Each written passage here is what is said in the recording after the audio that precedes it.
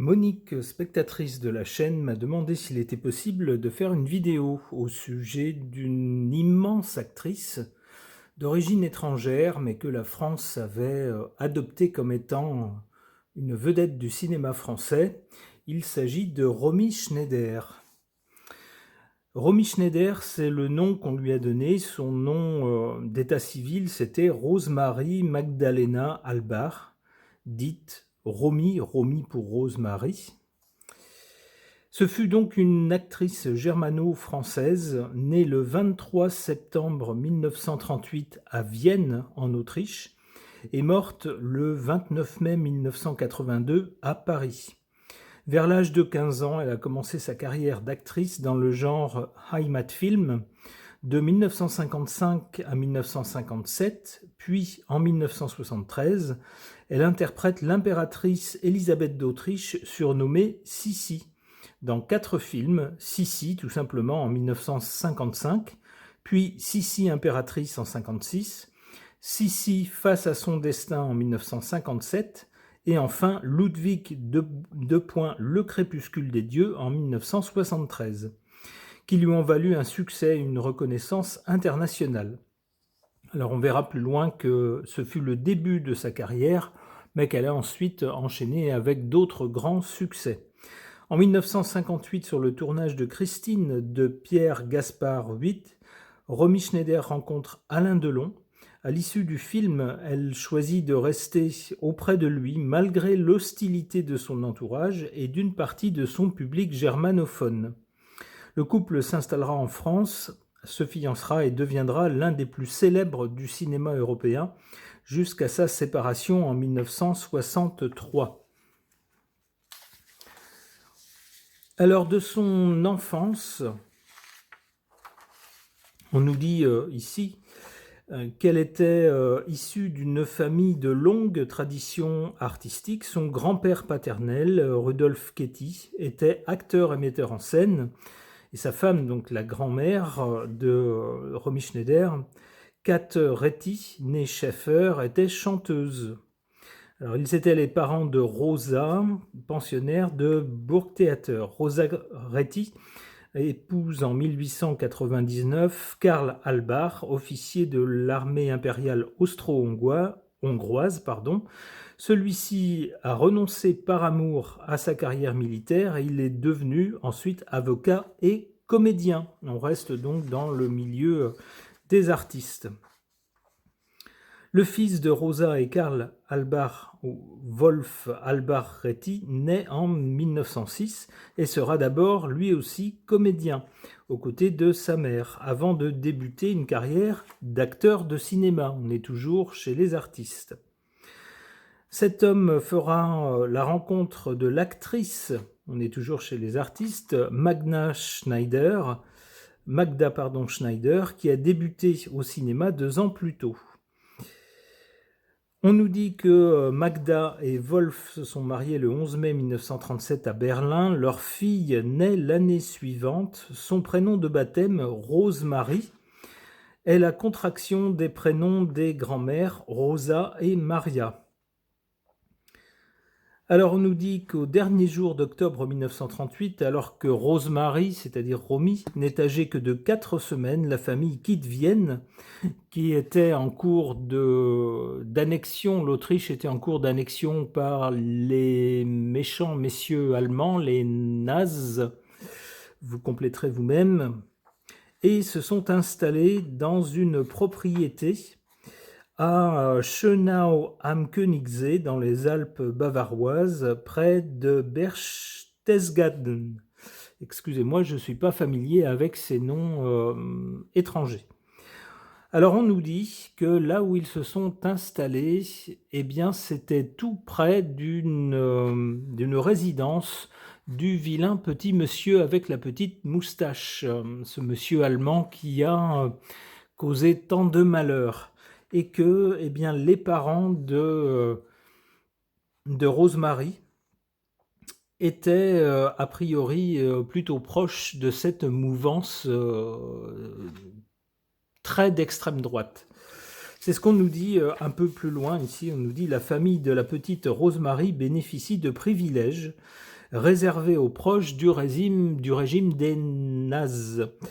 La grand-mère paternelle, par exemple, et son père sont inscrits sur la liste des privilégiés nationaux-socialistes, selon un personnage de triste renommée de cette époque-là, en tant qu'artiste utile au Reich ou à la propagande. Vous voyez, donc on voit que ses parents étaient proches du petit monsieur à moustache.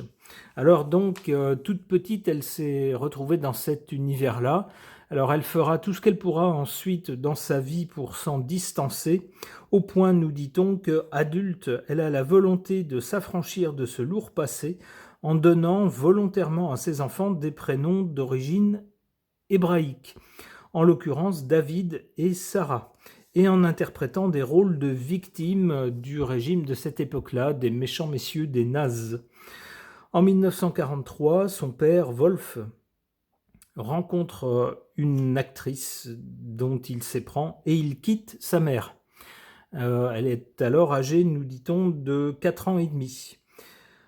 Ça va la bouleverser, c'est un choc pour elle, et elle s'attache davantage à sa mère qu'à son père. Et par contre, on nous dit qu'elle va complètement ensuite idéaliser un père qui ne sera plus là, qui sera absent, et on nous dit que sans doute par la suite dans sa carrière, elle a eu des aventures avec des réalisateurs qui sans doute faisaient figure de pères de substitution, des hommes bien assis dans leur profession, ayant une certaine autorité, commandant les choses, etc. On suggère ici qu'elle a peut-être retrouvé en eux la figure du père qui lui a manqué, qui lui a tellement fait défaut. Alors, qu'est-ce qu'on nous dit ensuite ? On nous parle de ses jeunes années d'école, on nous raconte qu'elle avait un petit journal intime dans lequel elle a raconté sa joie lorsque, à l'école, on lui a confié un rôle dans une petite troupe de théâtre du pensionnat dans lequel elle se trouvait. On nous dit qu'en 1953, elle a quitté le pensionnat, rentrée chez elle. Elle a reçu un coup de fil de sa mère Magda, qui a proposé de venir la voir à Cologne, où elle était en préparation de son prochain film, le premier depuis 3 ans.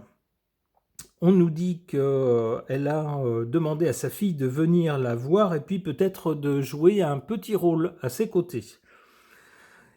C'est ce qu'elle a fait, elle a accepté, elle est allée rejoindre sa mère, et elle a été créditée pour la première fois d'un rôle dans un film. Ce film est sorti dans les salles de cinéma ouest allemandes quelques semaines plus tard, après le mois de septembre 1953. On nous dit que ce film a connu un succès immédiat en Allemagne de l'Ouest, et donc ça a en quelque sorte lancé, c'était ses premiers pas dans le monde du cinéma. En 1954, alors qu'elle tournait un autre film, Feu d'artifice, elle a fait la rencontre d'un réalisateur, Ernst Marischka. Ce dernier avait déjà engagé une actrice pour son prochain film, Les jeunes années d'une reine, mais lorsqu'il a rencontré Romy Schneider, il a changé d'avis. Il a décidé de prendre pour ce rôle, pour le rôle de son film, Romy Schneider. Elle interprétait dans ce film la reine d'Angleterre, Victoria, à l'âge de 18 ans, lorsqu'elle a accédé au trône. Ce film, lorsqu'il est sorti dans les salles en décembre 1954, a été un grand succès et ça a définitivement lancé la carrière de Romy Schneider. Elle était toute jeune, mais c'était, on pourrait dire, une jeune première, une étoile montante. On nous dit que du côté de la vie privée, sa mère, Magda Schneider, a épousé le 11 décembre 1953 le réalisateur Hans Herbert Blatzheim, père de 3 enfants d'un premier mariage. Blatzheim est devenu en quelque sorte l'agent qui s'est occupé de leur carrière, mais également de l'argent gagné par la jeune fille dans ses films. Il était restaurateur et elle dira plus tard qu'il avait tenté de l'agresser en dessous de la ceinture plusieurs fois. En 1976, 8 ans après la mort de cet homme, elle déclarera « Il a essayé de coucher avec moi et pas qu'une seule fois ». Notez le verbe employé, il a essayé.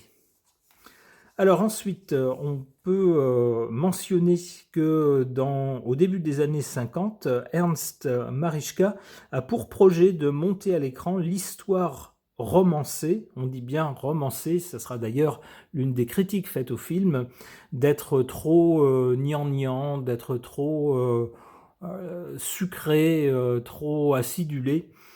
Mais c'était un parti pris dès le départ, on voulait romancer la vie de l'impératrice Élisabeth d'Autriche, dite Sissi, épouse de l'empereur François-Joseph Ier d'Autriche. On nous dit que Marischka, donc le réalisateur, a toujours été sensible à l'immense pouvoir de séduction de cette femme qui représentait un peu une image captivante, on nous dit, pour les Autrichiens, dont il se souvenait avec nostalgie. Donc l'idée était de faire un film pour entretenir ce souvenir. D'autant plus qu'en 1955, la Deuxième Guerre mondiale était finie et les Autrichiens essayaient de se raccrocher à d'autres souvenirs que ceux de la guerre. Donc, eh bien, il réalise ce film. On nous dit que l'existence réelle de cette impératrice était trop tourmentée pour ne pas être romancée. Le réalisateur ne souhaitait conserver dans cette fiction que le passé glorieux et un souvenir chaleureux, on pourrait dire. Alors on nous dit qu'il vise très haut pour ce film et il sait que Romy Schneider, remarquablement secondée par sa mère, qui interprète le rôle de la duchesse Ludovica, mère de l'impératrice, est prête à contribuer à la réussite de son projet. Alors on nous dit qu'il a choisi un autre acteur, Karl-Heinz Böhm, que Romy Schneider retrouvera plus tard, pour interpréter le rôle du jeune empereur François-Joseph. Le tournage du film est lancé dans les derniers jours d'août 1955, à l'approche du 17e anniversaire de Romy Schneider. Ce film donc sort le 21 décembre 1955, et là le film, on peut même pas dire que c'était un grand succès. Il a littéralement tout cassé, c'est ce qu'on dit. On nous dit que le film Sissi a déclenché un tel engouement populaire en Autriche et en Allemagne de l'Ouest que les recettes du film ont dépassé celles d'un film très très célèbre, un film américain qui était un immense succès, Autant en emporte le vent. Et bien là, Sissi a carrément défoncé les chiffres d'Autant en emporte le vent. En Europe, le film a obtenu la mention d'œuvre culturelle, c'est-à-dire c'est plus qu'un film, on considère que c'est une sorte de documentaire, même s'il est romancé, une œuvre culturelle. En Suisse et en France, le film bénéficie d'un lancement remarquable et est même ensuite diffusé gratuitement dans des écoles. Des prospectus de Romy Schneider sont distribués et on retrouve même son visage sur des boîtes d'allumettes et des briquets. Alors c'est un succès un peu partout en Europe. Le film littéralement casse la baraque, on nous dit à Nice, à Lille, à Amsterdam, à Anvers, à Gand, à Madrid, à Helsinki. Les records de fréquentation des salles de cinéma sont battus avec ce film. Sissi est le film de langue allemande des années 50 ayant eu le plus de succès sur le continent européen. Donc là, avec ce film-là, elle a littéralement, on pourrait dire, explosé à l'écran. C'est devenu vraiment une vedette de premier plan, la vedette, la grande vedette de l'époque, et pas seulement en Autriche ou en Allemagne, mais dans toute l'Europe. Le film ayant connu un succès extraordinaire, le réalisateur Marischka entreprend le tournage d'un deuxième film, une suite, Sissi impératrice, avec un budget et une vision un peu du même acabit que pour le premier film. Eh bien, Romy Schneider ne comprend pas trop pourquoi on a voulu faire une suite. Pour elle, c'était un film bon, elle était enthousiaste, elle était contente que le film ait connu un immense succès. Ça avait d'ailleurs propulsé littéralement sa carrière, mais elle n'a pas trop compris pourquoi on voulait faire une suite. Alors évidemment, le bénéfice commercial financier est évident, mais apparemment, c'est quelqu'un qui n'était pas trop axé sur ce côté-là, sur le côté financier. On nous dit, elle se sent de plus en plus étrangère à ces personnages complètement idéalisés. Il faut bien dire que si vous avez vu ce film, c'est très sucré, c'est très édulcoré, c'est très acidulé, c'est de la romance, enfin voilà, c'est très... on nous dit d'ailleurs que c'est un parti pris du réalisateur de laisser de côté tous les côtés très sombres et de ne garder que ce côté un peu familial, c'est presque un film pour enfants. C'est un joli film si vous voulez, mais c'est pas, ça ne retranscrit pas vraiment la réalité. Et puis la réalité de ce que le personnage avait comme côté sombre. Alors on nous dit donc que Romy Schneider comprend pas trop, elle n'aime pas trop le côté justement hyper sucré du personnage et du ton général du film. Et on nous dit qu'en plus elle supporte de plus en plus difficilement les désagréments qui lui sont imposés, comme celui de porter une lourde perruque qui lui donne des maux de tête. Le réalisateur et le représentant de l'UFA passent outre ces remarques et continuent tel qu'ils avaient pensé faire le film. Bon, on nous dit que le second film, même chose, c'est un immense succès. Il sort, il fait instantanément, il pulvérise tout comme le premier. On nous dit que des milliers de jeunes filles dans toute l'Europe adoptent alors le style princesse, de longs cheveux bouclés, la taille de guêpe et des jupons bouffants. Voilà, voilà. En 1957, on nous dit qu'il y a eu un troisième volet dans la série des Sissi face à son destin. Cette fois-ci, Romy Schneider nous dit, on nous parle de réticence de sa part et de hâte à se détacher d'un personnage auquel on l'identifie. C'est souvent le problème des acteurs lorsqu'ils connaissent un grand succès dans un rôle donné. Eh bien, les gens pensent que dans la vie, ils sont comme leur personnage dans un film. Tout le monde ne prend pas vraiment la distance entre les deux, entre la vraie personne et puis le rôle qui est joué, un personnage de composition, et beaucoup de gens ne les voient plus que comme ça. C'est ce qui la gênait, nous dit-on, à cette époque. Alors cela aux grandes dames de son agent et de son beau-père qui gère sa fortune et utilise ses cachets pour investir dans des hôtels et des restaurants, ainsi que sa mère qui avait une carrière, elle aussi, d'artiste, mais beaucoup moins importante que sa fille lorsqu'elle est devenue une grande vedette. On nous dit que Romy Schneider s'opposera carrément au tournage d'un 4e épisode. Plus tard, elle déclarera même « Je hais cette image de Sissi » et affirmera « J'ai refusé les 80 millions qu'on m'offrait pour tourner une 4e mouture de Sissi ». Alors on nous dit qu'elle est malgré tout reconnaissante bien sûr de la popularité que cette trilogie lui a apportée. Alors on nous dit qu'en 1953, sa maman, Magda, a décidé de prendre en charge la carrière de sa fille puisqu'elle est devenue une vedette mais qu'elle était encore très jeune. Et elle parviendra souvent à imposer au réalisateur de jouer elle-même, la maman, auprès de sa fille dans les films. Et en 1957, elle va même interdire à sa fille, à Romy Schneider, de signer un contrat que Kirk Douglas lui avait proposé lors d'une rencontre au Festival de Cannes. Alors Romy Schneider l'a très mal pris, on nous dit que la jeune fille s'est alors rebellée et a décidé que désormais elle choisirait elle-même ses rôles. Comme conséquence évidente, cette décision a un effet négatif sur la carrière professionnelle et la situation financière de sa mère. En quelque sorte, elle a acté une indépendance vis-à-vis de sa mère. On nous dit qu'à la fin de l'année 1956, sur un tournage, elle va faire la rencontre de Horst Buchholz, âgé de 23 ans et étoile montante du cinéma allemand, tout comme elle.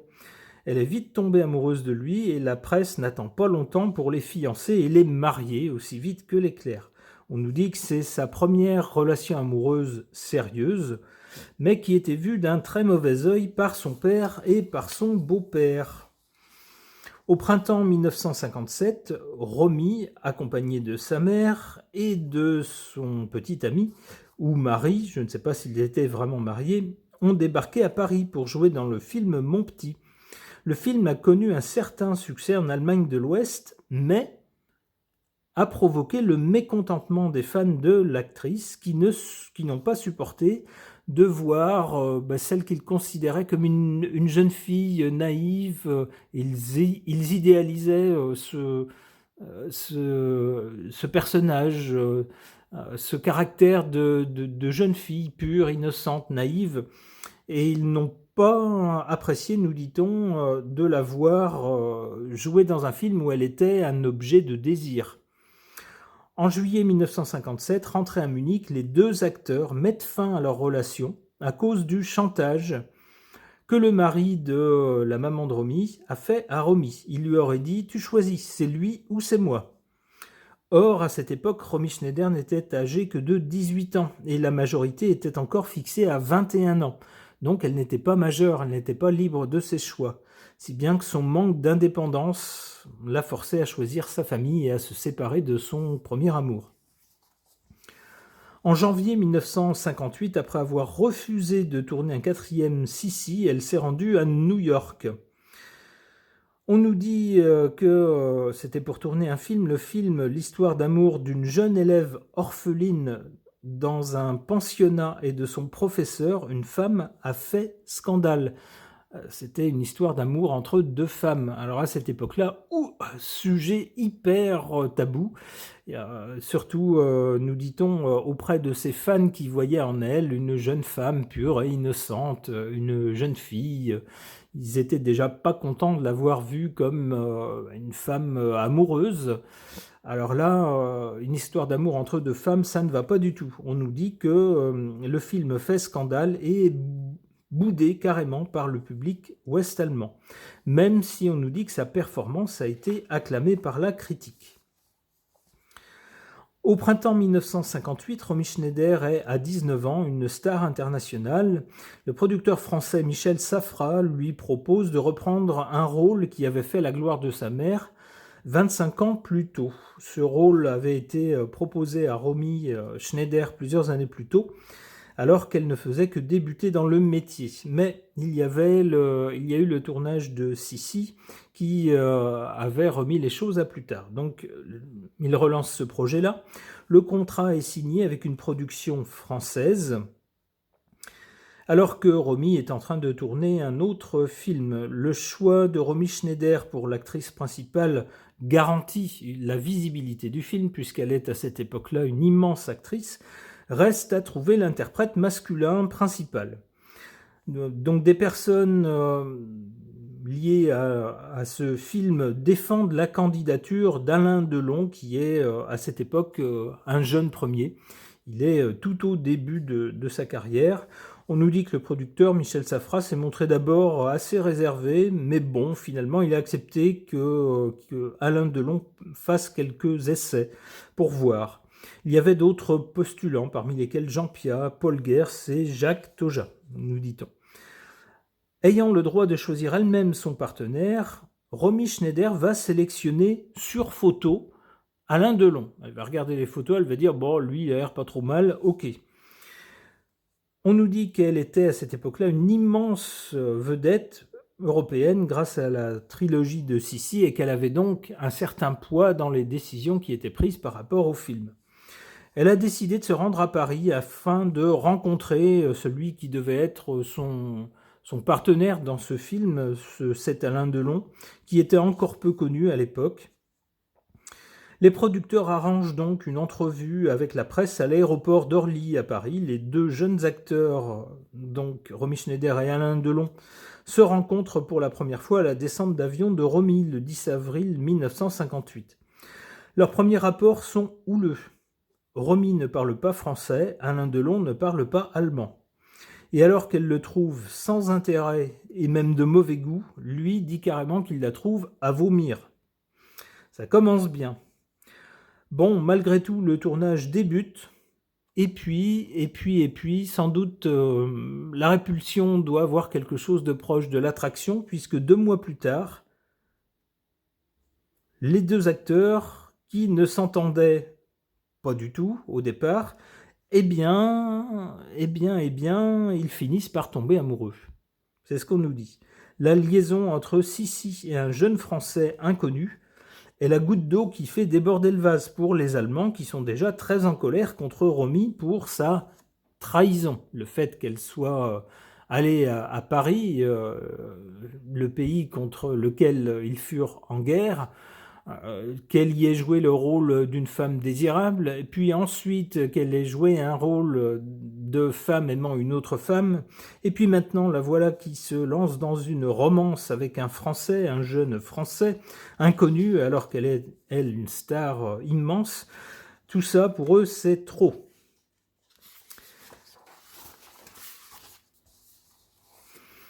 Alors, qu'est-ce qu'on nous dit ensuite? On nous dit le 22 mars 1959, les fiancés de l'Europe célèbrent leur fiançailles officielles organisées par la mère et le beau-père de Romy Schneider en Suisse, sur les bords du lac de Lugano, devant la presse internationale, sans pour autant planifier une date de mariage.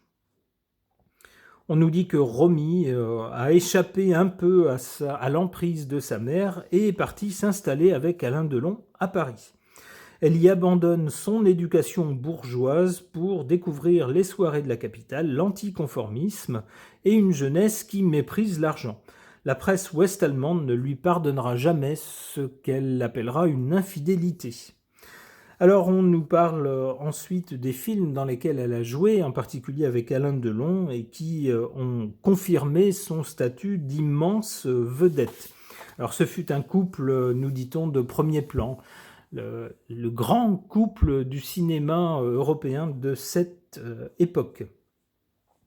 On nous dit qu'à un moment donné, les producteurs américains ont été séduits par sa personnalité et lui ont fait de nombreuses propositions.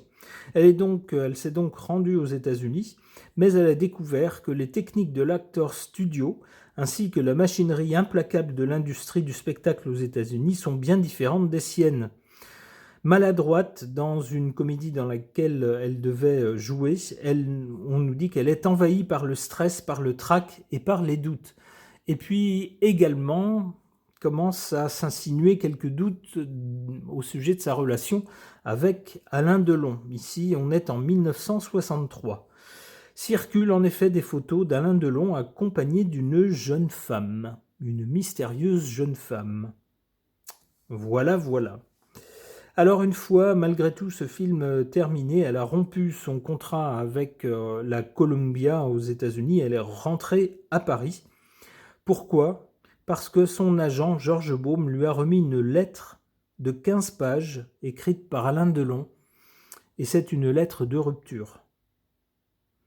Le 18 décembre 1963, elle rentre à Paris donc, et elle trouve dans leur hôtel particulier quelques roses laissées sur la table et un mot de son ex-fiancé. Il lui a dit « Je suis à Mexico avec Nathalie.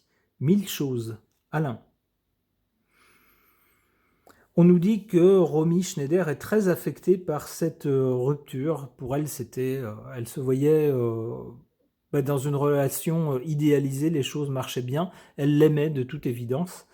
On nous dit même ici qu'elle était, cette rupture l'a brisée. Elle a déménagé et s'est installée avenue Hoche. Elle a obtenu parallèlement, suite à ces événements, une victoire du cinéma français de la meilleure actrice étrangère de l'année pour Le Cardinal. Le mois suivant, elle a commencé à tourner L'Enfer, drôle de nom qui correspondait peut-être bien à son état d'esprit de l'époque, d'Henri-Georges Clouzot, film inachevé pour lequel elle change radicalement d'image et révèle son potentiel érotique. Alors voilà qui n'a pas dû plaire à ses fans allemands de la première heure. Alors on nous parle ensuite du reste de sa carrière. On ne va pas commenter chaque Chaque élément, ça prendrait trop de temps. On nous dit que le 3 décembre 1966, alors qu'elle était âgée de 28 ans, Romy Schneider a donné naissance à son premier enfant, David Christopher Meyen. L'actrice s'est alors retirée de la vie publique pendant 1 an et demi pour s'occuper de son fils. À ce moment-là, elle était à Berlin. On nous dit que le 21 février 1967, soit assez peu de temps après, son père, Wolf, est mort à Vienne d'un infarctus à l'âge de 60 ans seulement. On nous dit qu'il a été victime d'un excès de trac et d'appréhension. Et on nous dit que c'est exactement quelque chose dont elle souffrait elle-même et qui ne la quittera pas pendant toute sa carrière. Alors c'est assez étonnant parce que c'était une immense vedette. On nous dit que dès le départ, dès ses films Sissi, elle avait complètement cassé la baraque. Tout le monde l'adorait, l'adulait. Et bien malgré tout, elle a toujours souffert de trac, d'appréhension, et cela pendant toute sa carrière. À la fin de l'année 67, Romy Schneider se voit proposer de tourner une comédie d'espionnage à Londres. Elle s'y rend en 1968 pour le tournage, mais le film est un échec commercial. Elle reçoit alors un appel d'Alain Delon, qui lui propose le rôle de Marianne, dans un nouveau film que lui doit tourner, La Piscine. Alors elle accepte et on nous dit que ses retrouvailles, en tout cas à l'écran, ont été très médiatisées. Les ex-amants terribles, comme on les a appelés, se sont retrouvés le 12 août 1968 et le tournage a commencé quelques jours plus tard pour s'achever en octobre 68. Alors le couple Delon-Schneider s'est reformé à l'écran, mais pas dans la vie, on nous le précise bien. La rupture était de toute façon actée, ils ne se sont pas remis ensemble dans la vraie vie. On nous dit que ce film, sur proposition d'Alain Delon, lui a permis de relancer sa carrière après un échec qu'elle avait connu précédemment. On nous dit qu'ensuite, elle a été remarquée, alors qu'elle assurait la post-production de La Piscine, elle a été remarquée par un autre réalisateur français, Claude Sautet, qui cherchait une interprète féminine pour son prochain film, Les choses de la vie. On nous dit qu'il a été séduit par la jeune femme, qu'il connaissait seulement pour la trilogie Sissi, sans l'avoir trop regardée dans ses autres films, et finalement, il l'a très vite engagée. Le tournage débute donc avec comme acteur principal Michel Piccoli, avec lequel elle tournera dans plusieurs autres films. Et à la sortie du film, en mars 1970, Les choses de la vie est acclamé par la critique et fut un grand succès public, totalisant près de 3 millions d'entrées au box-office. On nous dit que ce fut le 9e film le plus rentable de l'année 1970 en France. Alors voilà donc sa carrière relancée. On nous dit qu'ensuite elle a été très sollicitée, elle a tourné dans un tas de films qu'on connaît. Par exemple, on pense à Max et les Ferrailleurs, par exemple. Bon, il y a eu d'autres films. On nous dit que le magazine Paris Match, à l'été 1971, comparait Romy Schneider à Greta Garbo et à Marlène Dietrich. Il titrait « Romy Schneider, 40 ans après Greta et Marlène, 15 ans après Marilyn, le cinéma redécouvre une star ». On nous dit donc qu'elle était au sommet de sa popularité, de sa carrière. Côté vie privée, Romy Schneider s'est séparée de son mari Harry Meyen en 1972 et s'est installée avec son fils David à Neuilly-sur-Seine cette même année. Pendant l'été 73, elle a interprété dans le film Le Train une juive allemande qui s'éprend d'un Français. Ce Français a été interprété par Jean-Louis Trintignant. Et sur le tournage du film, ils sont tombés amoureux l'un de l'autre. Ils ont vécu, nous dit-on, une histoire d'amour intense, mais malheureusement, cette histoire d'amour s'est terminée avec le tournage du film. Et on nous dit que l'actrice était désespérée. Encore une fois, elle y a cru. elle était vraiment amoureuse. Alors je ne sais pas si c'était le cas de Jean-Louis Trintignant, mais en tout cas, leur idylle n'a pas survécu au tournage du film. Un peu plus tard, elle a à nouveau retrouvé l'amour, nous dit-on, lors du tournage d'un film. L'important, c'est d'aimer, sous la direction d'Andrzej Zulawski en 1974. Elle y interprétait un personnage accompagné de Fabio Testi et de Jacques Dutronc. Jacques Dutronc avec lequel elle aura une liaison, là encore, le temps du tournage. Alors pendant ce tournage a été très difficile et très éprouvant, à tel point il y a eu un matin sur le tournage de ce film où elle n'a pas réussi à se lever, elle n'avait plus la force de se lever. Donc on lui a demandé de tout arrêter et de partir en cure de repos pendant plusieurs jours avant de reprendre. On nous dit qu'ensuite, à l'été 1974, toujours concernant sa vie privée, elle a entamé une relation amoureuse avec celui qui était son secrétaire depuis 2 ans, Daniel Biasini.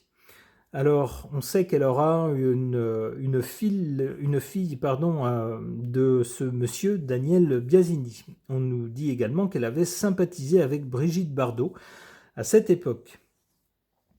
Son divorce d'avec Harry Meyen a été prononcé le 5 juillet 1975 à Berlin-Ouest, en l'absence des deux intéressés.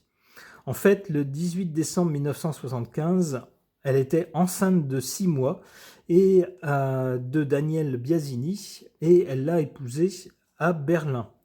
Malheureusement, 2 semaines plus tard, le 31 décembre 1975, vers 18h, elle ressent de violentes douleurs au ventre. Elle fait une fausse couche. Non pas suite à un accident, comme certains l'ont suggéré, mais peut-être à cause d'un virus qu'elle avait contracté.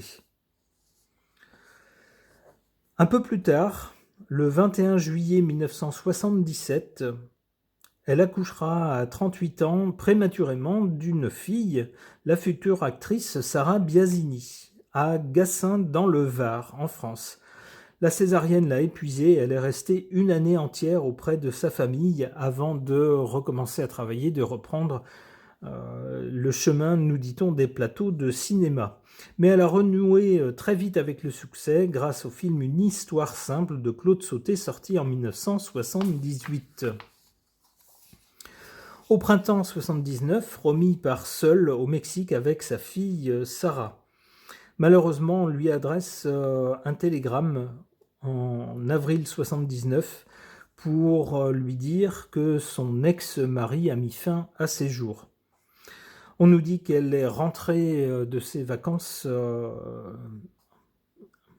précipitamment pour assister aux obsèques de son ex-mari. On nous dit qu'elle était très affectée par son décès. Alors donc, ensuite on nous parle de sa carrière et puis également de son fils David, avec lequel elle était présente en 1981, le 31 janvier, à la 6e cérémonie des Césars. Son fils David, qui en 1981 avait 14 ans. Le 5 juillet 1981, son fils donc David passe le dimanche chez ses grands-parents. On nous dit que les relations avec sa mère, Romy Schneider, étaient un peu houleuses. Malgré tout, c'était son fils, elle l'aimait. L'après-midi de ce dimanche 5 juillet, vers 16h30, après une balade à vélo avec des copains, il est de retour à la maison, chez ses grands-parents. Le portail haut de 2 mètres est clos. Pour ne pas déranger la famille, il décide d'escalader le mur d'enceinte, comme il en a l'habitude. Mais il perd l'équilibre et dans sa chute, il s'empale sur les pointes de métal de la grille. Il meurt le soir même à l'hôpital. Il avait 14 ans. À cette occasion, des paparazzis, déguisés en infirmiers, sont entrés dans le service funéraire et ont pris des photos de l'adolescent sur son lit de mort. Alors ça choquera beaucoup Romy Schneider. Alors les deux choses l'ont choqué évidemment. La mort de son fils, c'est une catastrophe pour elle. Et puis le côté, les photos qui ont fuité, prises par des paparazzis, ça leur a beaucoup choqué aussi moralement. On nous dit Romy Schneider est anéantie par la mort de son fils. Elle se réfugie chez des amis, Jean-Claude Brialy et Claude Berry, et n'apparaîtra pas publiquement jusqu'au mois de septembre. Donc pendant 2 mois, semble-t-il, elle a accusé le coup.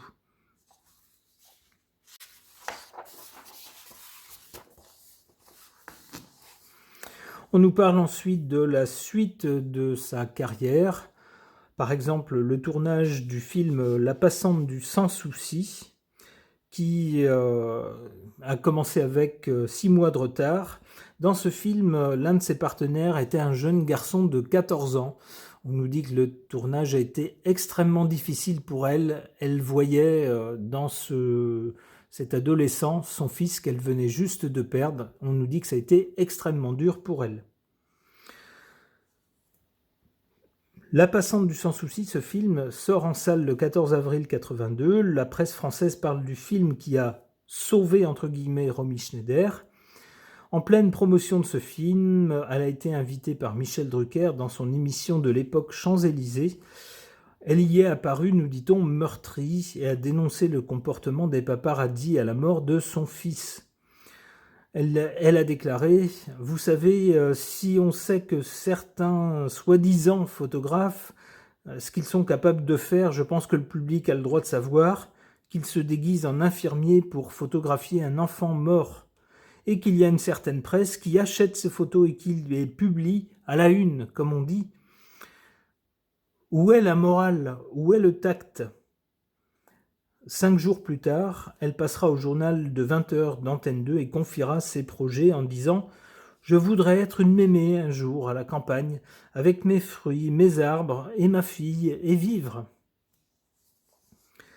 Malheureusement, pour elle, la fin viendra avant qu'elle n'ait eu l'âge d'être mémé, comme elle disait. On nous dit le soir du vendredi 28 mai 82, Romy Schneider sort dîner avec son compagnon Laurent Pétain chez la belle-sœur de ce dernier, Claude, et son compagnon. Claude Pétain raccompagne Romy Schneider vers 3h30 du matin. Il la laisse seule alors qu'elle était en train d'écouter de la musique. Au matin du samedi 29, elle est retrouvée inanimée à son bureau. Laurent Pétain, la croyant endormie, la transporte dans leur lit. Mais il se rend compte qu'elle ne respire plus. Il appelle évidemment immédiatement les secours, mais la mort est constatée vers 7h du matin. L'actrice avait 43 ans.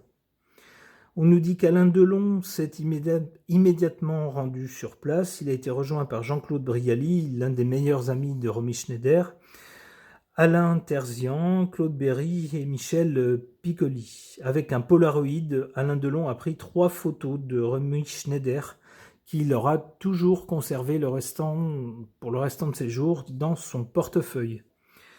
La police retrouve sur son bureau une lettre inachevée. C'était un mot d'excuse pour décommander une séance de photos et une interview parce que sa fille avait la rougeole. Et ce mot n'a pas été terminé. Il y avait une longue rature, donc qui semble montrer que l'actrice s'est effondrée pendant qu'elle l'écrivait. Alors, on nous dit que le magistrat Laurent Davenat a classé l'affaire directement sans autopsie pour, dit-il, ne pas casser le mythe. Alors voilà, pour résumer la vie de cette immense actrice, on nous dit qu'en 2018, à l'occasion de la sortie du film biopic, donc, qui reprenait la vie de Romy Schneider, ce film s'appelait 3 jours à Quiberon, la fille de l'actrice, Sarah Biasini, a critiqué fortement l'image que ce film a donnée de Romy Schneider, notamment les suppositions d'alcoolisme de sa mère, omniprésentes dans le film. Donc sa fille, Sarah Biasini, a affirmé que sa mère n'a jamais eu de dépendance, ni à l'alcool, ni aux médicaments. Elle n'a pas dit qu'elle ne buvait pas parfois, mais qu'elle n'en était pas dépendante. À celle dont il dit qu'elle aura été le plus grand amour de sa vie, Alain Delon a écrit sur un bout de papier « Tu n'as jamais été aussi belle. Tu vois, j'ai appris quelques mots d'allemand pour toi. Ich liebe dich, meine Liebe. Je t'aime, mon amour. » Alors voilà, pour résumer la vie pour survoler la vie intéressante, trépidante, mais très courte, hélas, de Romy Schneider. Si l'on jette un œil à son ciel de naissance, qu'est-ce qu'on peut voir qui pourrait nous renseigner sur son caractère, sa personnalité, ou peut-être des éléments de sa vie qu'on peut retrouver dans ce ciel de naissance? On voit qu'elle est native, ici, puisque le soleil se trouve... C'est une native de la Balance, le soleil se trouve à 0 degré de la Balance, donc vraiment au tout début du signe de la Balance, et il est conjoint, mais vraiment une conjonction hyper étroite, une conjonction exacte, à la Lune. Lune-Soleil sont conjoints à 0 degré de la Balance. Alors habituellement, on dit que les gens qui ont une conjonction comme ça, Soleil-Lune, sont des gens qui ont une prédisposition à être célèbres ou connus ou à avoir une forte popularité. Pourquoi ? Parce que le soleil représente l'essence de la personne, hein, c'est le moteur, c'est la lumière d'une personne dans un ciel de naissance, et la lune représente le public, les autres. Ici, les deux sont confondus. C'est comme si la personne, on pourrait dire, se trouve sur la même longueur d'onde que le collectif, que le public. C'est ce qu'on voit ici, avec cette conjonction dans les premiers degrés de la Balance. Alors même si ces deux astres, ces deux luminaires, sont au début du signe de la Balance, on voit qu'elle a 3 planètes dans le signe de la Vierge, ici, ce qui marque sa personnalité d'une forte composante du signe de la Vierge. On voit également ici Vénus en Scorpion. Alain Delon était du signe du Scorpion, Vénus étant la planète des attractions.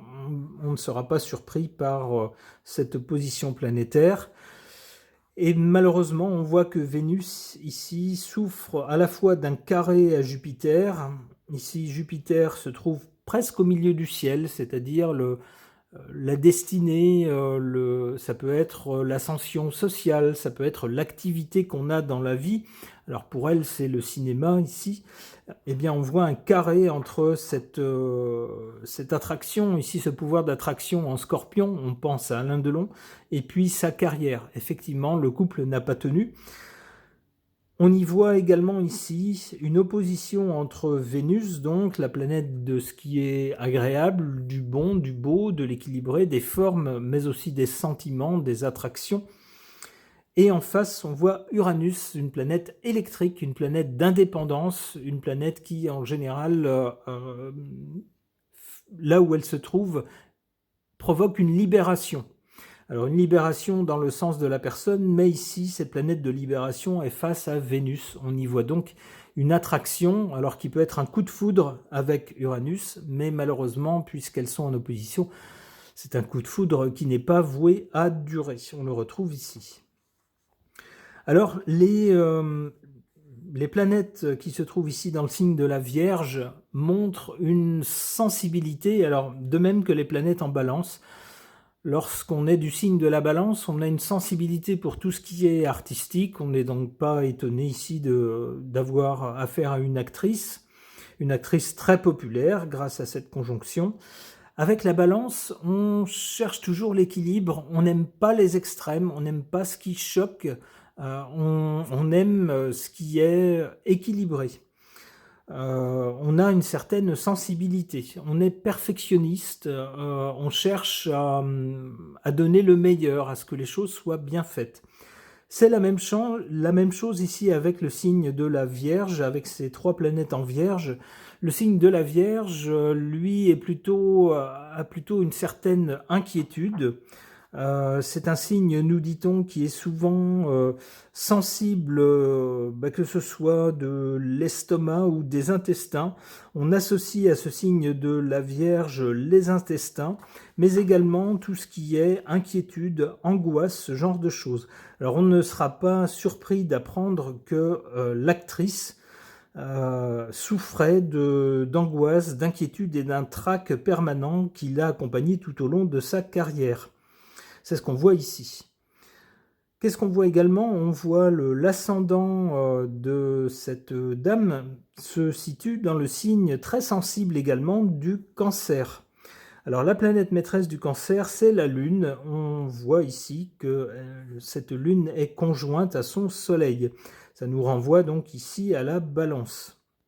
On voit donc avec l'ascendant, l'apparence d'une personne, la façon dont elle se présente aux autres, eh bien ici, son apparence, avec le signe du Cancer, on a quelqu'un qui était peut-être un peu timide, un peu... Alors, si c'était pas timide, c'était peut-être un peu réservé ou faisant attention à ne pas choquer avec le signe du Cancer. Eh bien, on voit que cet ascendant-là, avec la planète maîtresse, la Lune, ici, en conjonction avec son Soleil, eh bien, faisait que son apparence plaisait au public. Elle la rendait populaire, ou du moins faisait partie des choses qui la rendaient populaire. Alors, qu'est-ce qu'on voit d'autre? On voit ici la planète Pluton, une planète très sombre, une planète de crise, une planète de coups très violents dans une vie qui peuvent s'apparenter à une plongée dans les ténèbres. Ça peut être parfois même d'ailleurs un décès par exemple, ou un abandon, une crise comme celle-là. Une crise dont si on arrive à s'en sortir, on est transformé, on n'est pas pareil. Cette planète Pluton ici est bien reliée à la fois à la Lune et au Soleil.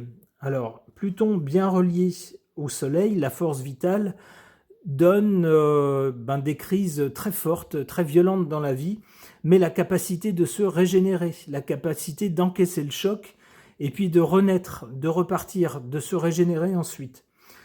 Pluton, ici en carré, également à la Lune, donne des chocs, mais cette fois-ci dans la vie intime, dans le ressenti de la personne, non pas dans ce que l'on peut voir de sa vie, mais dans son fort intérieur, dans sa sensibilité. On peut avoir également soit un couple, soit une famille, à un moment donné, qui symboliquement meurt ou est décomposée.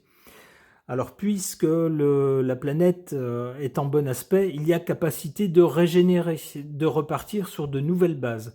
Alors, une fois, deux fois, trois fois, l'actrice a connu pas mal de chocs de ce genre-là. On nous dit avec ce Pluton qui venait en soutien qu'elle avait malgré tout une immense force et une capacité à se régénérer. Quoi d'autre ?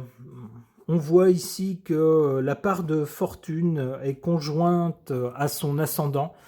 C'est quelqu'un qui n'aura dû son succès qu'à elle-même, à sa propre personnalité. C'est ce qui aura fait son succès. On voit également ici le nœud nord. Alors, le nœud sud et le nœud nord, ce sont des points opposés. Le nœud sud indique ce qu'on a déjà comme compétences acquises.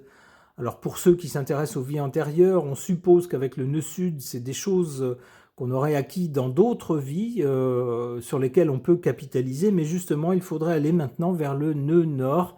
C'est là qu'est notre axe d'évolution. Et ici ce nœud nord qui indique là où est le potentiel d'évolution dans un ciel de naissance, ce vers quoi il faut aller. Eh bien, ce nœud nord est dans la maison 5, la maison des créations, mais également des rôles qu'on peut jouer lorsqu'on fait du théâtre, du cinéma, ce genre de choses. Eh bien là, ça correspond tout à fait. Un autre point qu'on peut remarquer ici, on peut remarquer la lune noire. La lune noire, c'est un point de transgression. Qu'est-ce qu'on transgresse dans une vie on ne fait pas toujours tout bien. Parfois, il y a des choses qu'on refuse de faire consciemment. On ne veut pas faire telle chose, on refuse de se soumettre à telle logique, à quelque chose qui paraît normal pour tout le monde. Eh bien, soi-même, on dit non, moi je refuse ça, je ne veux pas faire ça, je vais transgresser cette chose-là. Ici, cette lune noire se trouve en Verseau, alors c'est déjà un signe d'indépendance. Et ça se trouve tout ça dans quelle maison? La maison 9, la maison de l'étranger. Alors, je vous rappelle le point de sa biographie qui nous dit que les Allemands ont été très choqués de voir que c'était quelqu'un qui, en France, le pays contre lequel ils avaient été en guerre, eh bien, vivait une histoire d'amour là-bas avec un jeune Français, un jeune acteur français, et puis dans ce pays également. C'était quelqu'un qui transgressait complètement l'image de la jeune fille tendre et innocente qu'elle avait dans Sissi pour y jouer une femme amoureuse. C'est quelque chose qu'ils n'ont pas du tout apprécié. Si on revient sur son caractère, on peut penser qu'elle l'a fait exprès. Elle disait elle-même qu'elle en avait marre de cette image de Sissi, une image d'une gamine un peu niaise. Alors, j'exagère un peu quand je dis niaise, Sissi, c'est joli, c'est mignon, mais c'est pas une image de femme réelle. Une femme réelle, elle a une vie de femme également. Eh bien, c'est sans doute ce qu'elle a voulu transgresser, c'est ce qui peut apparaître ici. Alors maintenant, qu'est-ce que les cartes peuvent nous dire de sa vie, de son personnage? Je ne sais pas, je vais interroger à ce sujet le tarot de Marseille.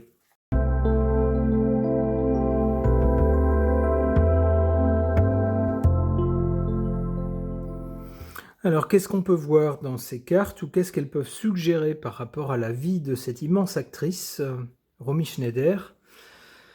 Eh bien, ça commence avec une carte de rupture. Cet arcane sans nom, on peut y voir la mort tout court. Alors ça peut représenter pour elle la mort qui souvent a rôdé dans sa vie.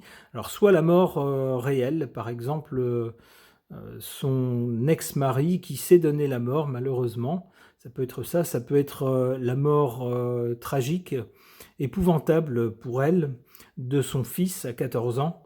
Ça peut être également cette fausse couche qu'elle a connue. Ça peut être également le décès de son père très jeune. Son père est mort à 60 ans.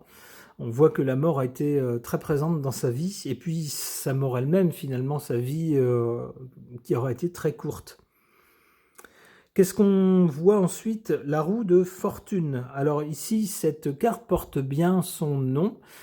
C'est quelqu'un qui aura connu pas mal de changements dans sa courte vie, et puis des changements qui, on pourrait dire à chaque fois, l'ont propulsé un peu plus haut. Finalement, sa carrière a connu quelques bas, mais qui n'ont jamais duré très longtemps. Elle a toujours pu se relancer.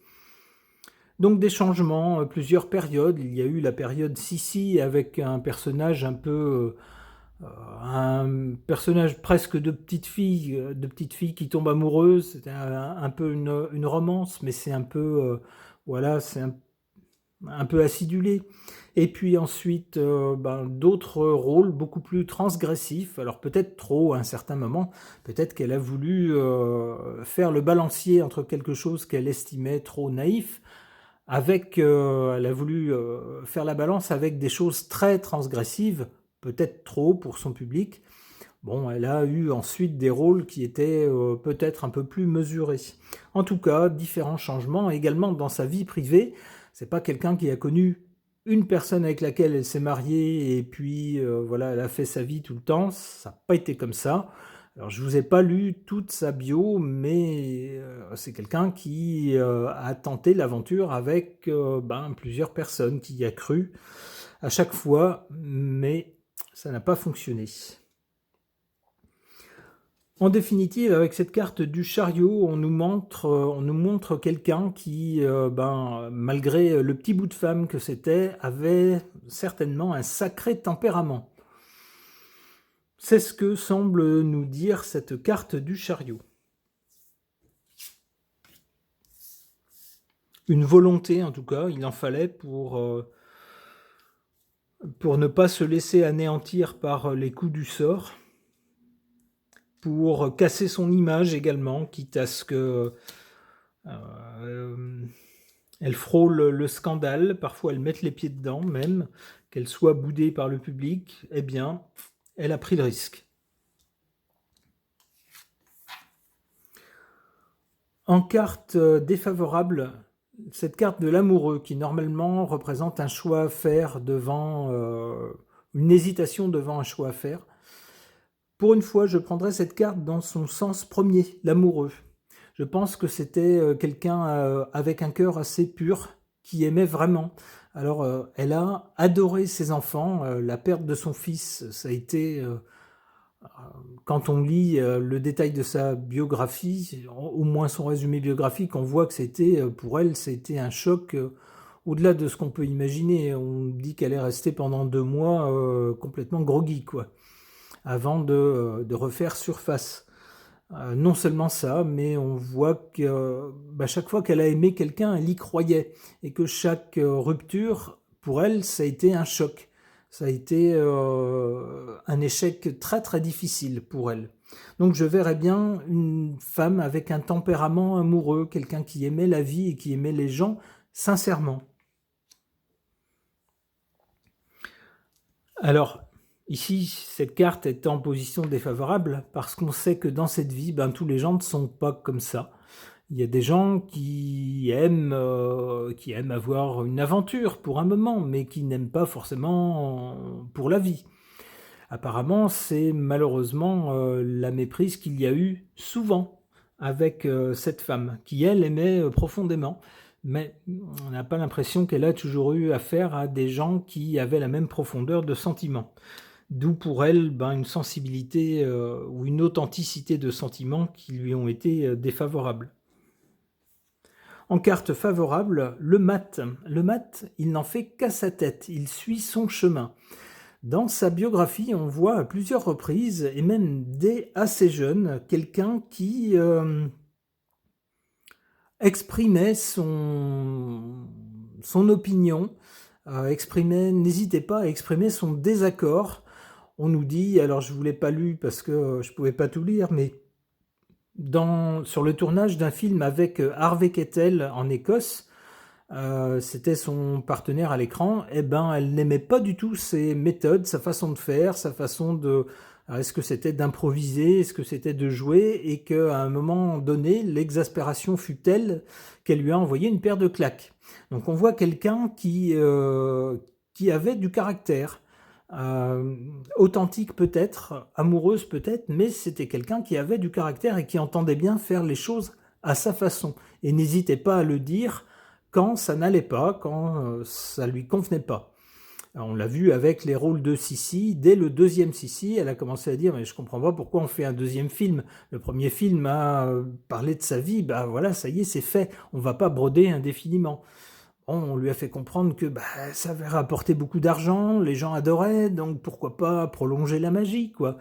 Ouais, elle l'a fait, mais dès le troisième, elle a dit « ah non, là j'en peux plus, c'est le dernier, quoi. » Et elle a bien refusé de faire le quatrième, avant d'en faire un beaucoup plus tard.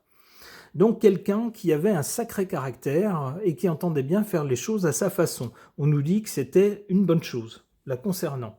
Alors on sait que dans ce milieu, le milieu du showbiz, c'est un milieu très dur. Il faut être très fort pour encaisser les chocs, pour encaisser la notoriété qui peut le lendemain s'éteindre très vite. Il faut avoir une sacrée trempe. Apparemment, elle l'avait, cette trempe.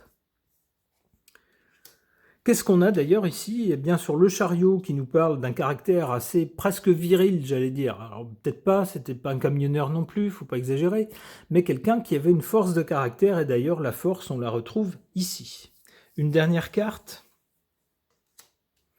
La maison de Dieu, hélas, pour elle, il fallait bien que ça se finisse comme ça, puisque pour elle, elle ne s'est pas éteinte, on pourrait dire, de vieillesse à l'issue d'une longue vie.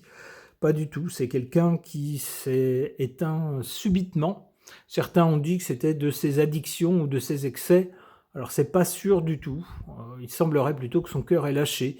Peut-être aussi fragilisé par des années avec beaucoup de déceptions. Quand on dit avoir le cœur brisé, c'est pas qu'une exception.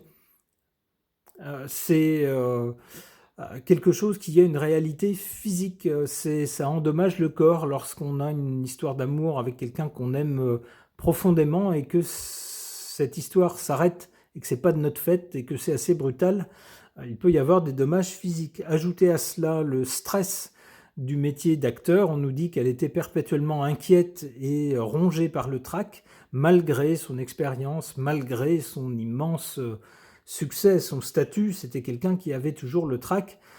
On nous dit même que dans sa famille, 2 membres de sa famille sont morts de cela, littéralement.